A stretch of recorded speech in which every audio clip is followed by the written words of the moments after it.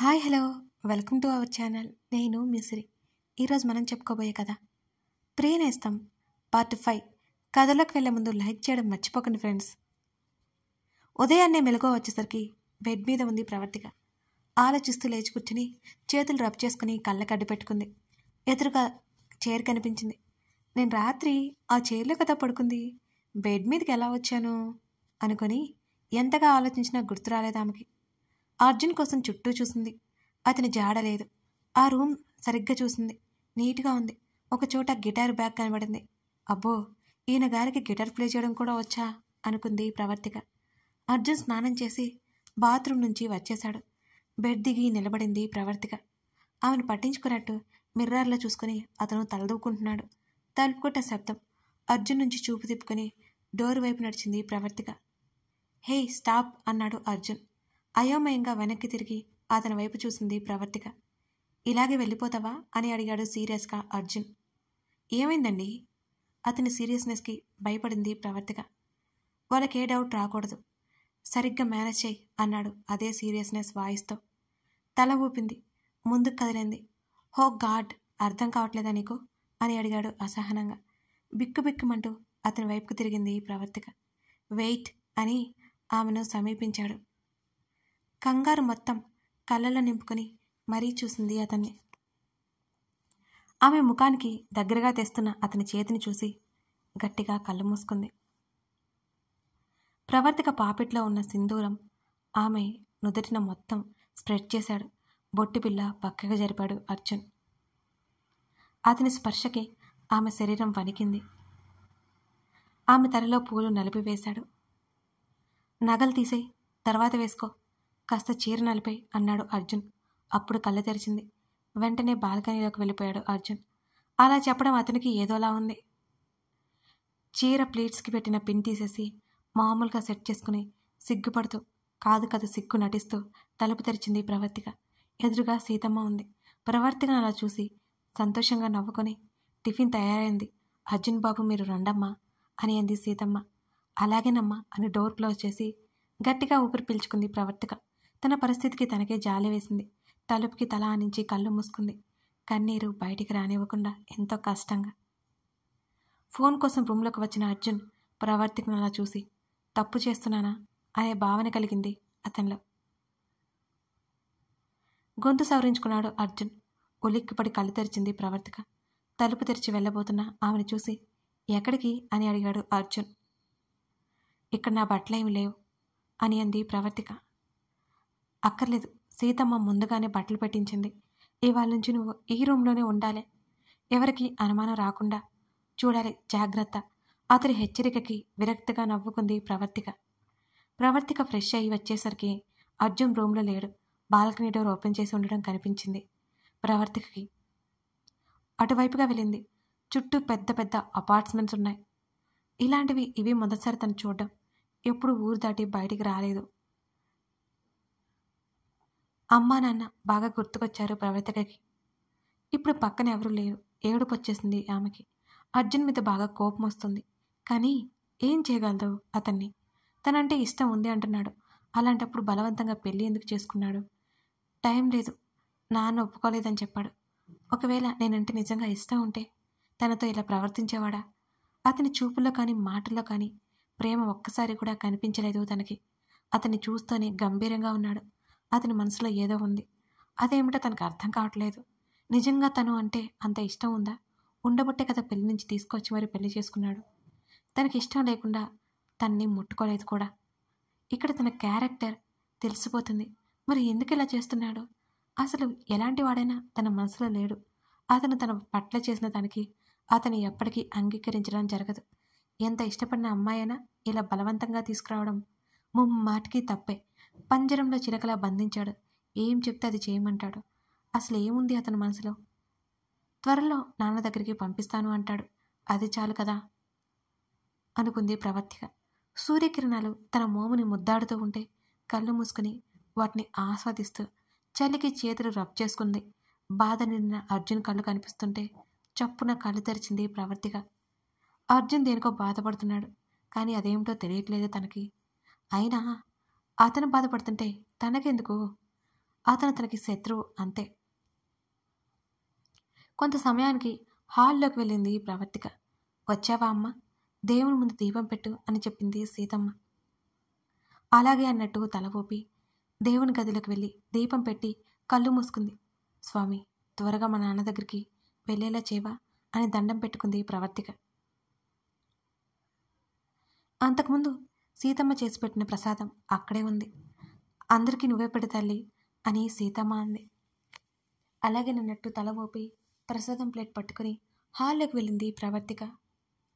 అర్జున్, కృష్ణమూర్తి ఆయన గదిలోంచి బయటకు వచ్చారు. వారి దగ్గరికి వెళ్ళి ప్రసాదం తీసుకోండి బాబాయ్ గారు అని అంది ప్రవర్తిక. ఆయన చేతిలో పెట్టింది. అర్జున్ వైపుకి తిరిగింది ఆమె. అర్జున్ తీసుకో అన్నాడు కృష్ణమూర్తి. నన్ను ఫోర్స్ చేయొద్దు మావయ్య అని అక్కడి నుంచి రూమ్లోకి వెళ్ళిపోయాడు అర్జున్. వెళ్తున్న అర్జున్నే చూసింది ప్రవర్తిక. నీకు తెలుసు కదమ్మా వాడు ఎందుకు అలా ఉన్నాడో. జరిగిన వాటిని ఇంకా వాడు మర్చిపోలేకపోతున్నాడు. నువ్వే జాగ్రత్తగా చూసుకో తల్లి అని సోఫాలో కూర్చున్నాడు కృష్ణమూర్తి. ఆయన దేని గురించి చెబుతున్నారో ప్రవర్తికకి అర్థం కాలేదు.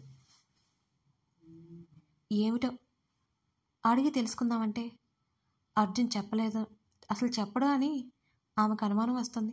ఏదైనా బలమైన కారణం ఉండే ఉంటుందని మౌనంగా ఉండిపోయింది. ఆ తర్వాత సీతమ్మని అడిగి తెలుసుకుందాం అనుకుంది. అప్పటికి ఆ విషయం పక్కన పెట్టేసింది ప్రవర్తిక. అర్జున్ బాబుని పిలుచుకురమ్మా, టిఫిన్ చేతురు ప్రవర్తికతో చెప్పింది సీతమ్మ. నువ్వు ఒక్కదానివే ఇవన్నీ చేశావా? నేను చేసేదాను కదమ్మా అని అడిగింది ప్రవర్తిక. పర్వాలేదు తల్లి, నాకన్నీ అలవాటే, నువ్వు వెళ్ళి పిలుచుకురా.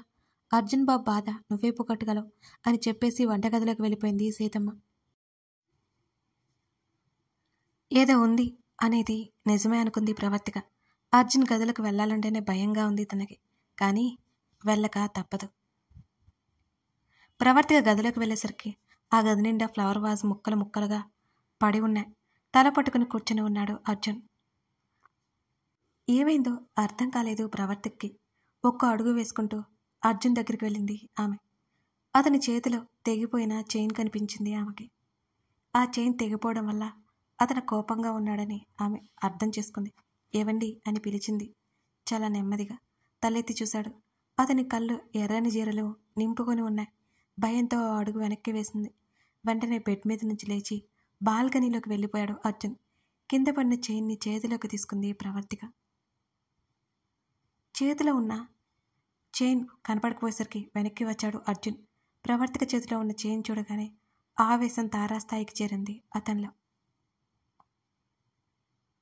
హౌ డేర్ యూ అని గట్టిగా అరిచాడు అర్జున్. ఉలిక్కపడి చూసింది ప్రవర్తిక.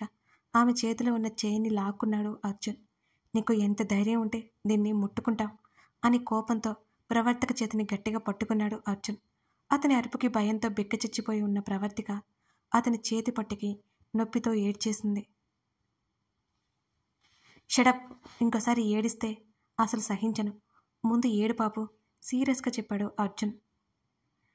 నేను చైన్ కింద పడితే అని ప్రవర్తిక ఏదో చెప్పబోతుంటే ఆమె చేతి మీదే మరి కాస్త పట్టు బిగించాడు. ఇంకోసారి నా వస్తువులను ముట్టుకోవద్దు, విసురుగా చేతిని విదిలించి ఆ చైన్ తీసుకొని వెళ్ళిపోయాడు బయటికి అర్జున్. ఏడుస్తూ అక్కడే కింద పడిపోయింది ప్రవర్తిక. ప్రవర్తికమ్మ అని సీతమ్మ పిలుపుకి ఏడవడం ఆపేసి పైకి లేచింది. వస్తున్నా అమ్మా అని చెప్పి కింద పడి ఉన్న పీసెస్ మొత్తం తీసి డస్ట్బిన్లో పడవేసింది. ఆ క్రమంలో తన చేతికి ఏదో గుచ్చుకున్నట్టు అనిపించింది. పట్టించుకోలేదు. ఎర్రగా కమిలిపోయి ఉన్న చేతిని చూసుకుంది. కళ్ళల్లో నీళ్లు దారలు కట్టాయి. అర్జున్ కోపాన్ని తలుచుకుంటే ఆమెకి వెన్నులో అప్రయత్నంగా వణుకు పుట్టింది. తనేమి చేసిందని అతనికి అంత కోపం? కింద పడిన చైన్ని తీసింది అంతే కదా, ఆ మాత్రం దానికి అంత కోపం చూపించాలా? వదినా, లోహిత అరుపు వినిపిస్తుంటే కంగారుగా కళ్ళు తుడుచుకుంది. డోర్ ఓపెన్ చేసింది ప్రవర్తిక. నీకోసమే అందరూ వెయిట్ చేస్తున్నారు వదినా, రా అంది లోహిత. ముఖానికి నవ్వు తగిలించుకుని హాల్లోకి నడిచింది ప్రవర్తిక. అర్జున్ కనిపించలేదు తనకి. కనిపించాలని కూడా తను అనుకోలేదు. అతనంటే బాగా భయం వేస్తుంది, కోపం కూడా వస్తుంది. అన్నయ్య ఏం తినలేదు వదినా, బయట తినేస్తాను అని చెప్పాడు, వెళ్ళాలని చెప్పాడు అని అంది లోహిత. నువ్వు ఆగవే, ఆ అమ్మకి చెప్పకుండా అర్జున్ బాబు వెళ్తాడా ఏంటి? లోహితని కసురుకుంది సీతమ్మ. విరక్తిగా నవ్వుకొని బాబాయ్ గారు ఎక్కడా అని అడిగింది ప్రవర్తిక.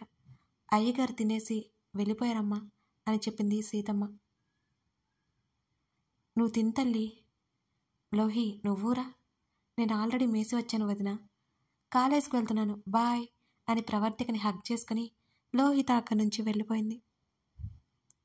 అసలు తినాలి అని లేదు ప్రవర్తికి. బాధతో మనసంతా భారంగా మారిపోయింది.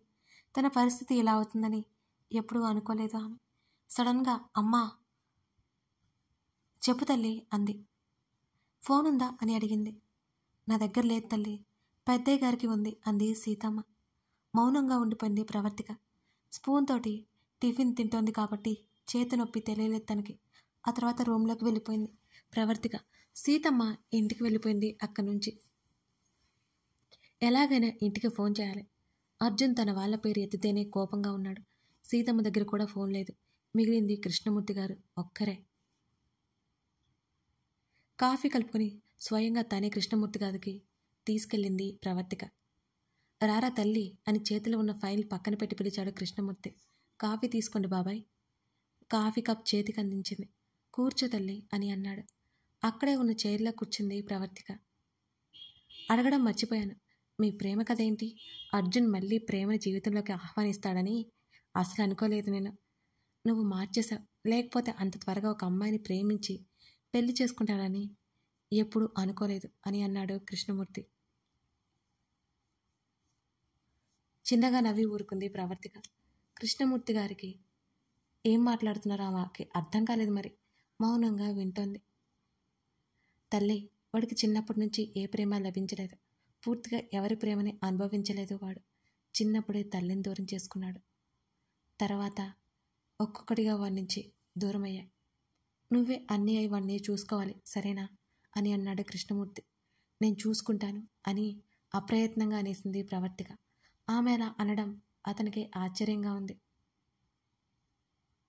చాలు తల్లి చాలు, ఈ మాట చాలు. వాడికి కాస్త కోపం ఎక్కువ, నువ్వే ఓర్పుగా చూసుకోవాలి. ఇలా అన్నానని తప్పుగా అనుకోదు తల్లి. ఆవేశం వస్తే అసలు ఆగలేడు. అర్జున్ కోపం నువ్వే తగ్గించాలి అని నవ్వాడు కృష్ణమూర్తి. ఆ కోపాన్ని గుర్తు తెచ్చుకోగానే నిజంగానే భయం పట్టుకుంది ప్రవర్తికకి. బాబాయ్ గారు అని నెమ్మదిగా పిలిచింది. ఏంటమ్మా అని అడిగాడు. మీ ఫోన్ ఇస్తారా, నాన్నతో మాట్లాడి 3 రోజులైంది అని చిన్నగా అంది ప్రవర్తిక. అడగాల, తీసుకో తల్లి అని లాక్ స్క్రీన్ మీద ఉన్న ఫోటోను కృష్ణమూర్తి గారు లాక్ ఓపెన్ చేసేటప్పుడు గమనించలేకపోయింది ప్రవర్తిక. థ్యాంక్స్ బాబాయ్ గారు అని ఫోన్ తీసుకుని గబగబా తన గదిలోకి వెళ్ళిపోయింది. తన తండ్రి నెంబర్కి డయల్ చేసింది. స్విచ్ ఆఫ్ వచ్చింది. ఏడుపు వచ్చేసింది ప్రవర్తికకి. మళ్ళీ ప్రయత్నం చేసింది.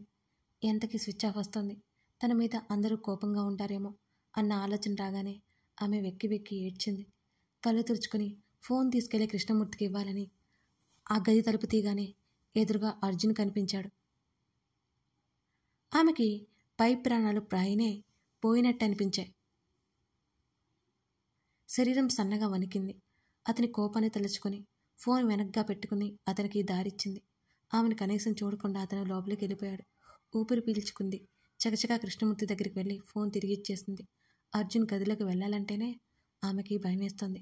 అక్కడే హాల్లోనే కూర్చుంది. కృష్ణమూర్తి కొంతసేపటికి తర్వాత హాల్లోకి వచ్చాడు. మాట్లాడావా తల్లి అని అడిగాడు. స్విచ్ ఆఫ్ వచ్చింది బాబాయ్ గారు అని అర్జున్ తన మాటలు ఎక్కడ వింటాడో అని చాలా చిన్నగా కంగారుగా మాట్లాడింది అతనితో. నేను అర్జున్తో మాట్లాడతాను తల్లి, ఒకసారి కలిసి వద్దురు. నువ్వేం కంగారు పడుకో, నేను మాట్లాడతాను సరేనా అన్నాడు కృష్ణమూర్తి. అలాగే బాబాయ్ గారు అని ఆ టాపిక్ కావాలనుకుంది. కానీ ఎలాగో అర్థం కాలేదు ఆమెకి. అర్జున్ గారు ఇంటికి వచ్చారు అని అంది నెమ్మదిగా. టిఫిన్ చేస్తాడో లేదో ఒకసారి కనుక్కొనిరా తల్లి. తినాలి అన్న ధ్యాసే ఉండదు, ఎప్పుడు ఏదో ఒక పనిలో ఉంటాడు అన్నాడు కృష్ణమూర్తి. నోట్లో పచ్చి వెలక్కాయ పడ్డట్టయింది ప్రవర్తిక పరిస్థితి. అలాగే అన్నట్టు తల ఊపి అర్జున్ కోసం వెళ్ళింది. లోపలికి వెళ్ళాలి అంటేనే చచ్చింత భయంగా ఉంది ఆమెకి. అంతకుముందు జరిగిన దృశ్యాలు కళ్ళ ముందు మెదులుతుంటే అర్జున్కి ఎదురుపడాలంటేనే ప్రాణం పోయినట్టే అనిపించింది ప్రవర్తికకి. కథ కొనసాగుతోంది. ప్రవర్తిక తన తండ్రికి ఫోన్ చేసిన విషయం అర్జున్కి తెలిస్తే పరిస్థితి ఏంటి? ఇంకా కొన్ని సస్పెన్స్లు మెల్లిగా వీడతాయి. లైక్ చేయడం, కామెంట్ చేయడం మరవకండి ఫ్రెండ్స్. Thank you.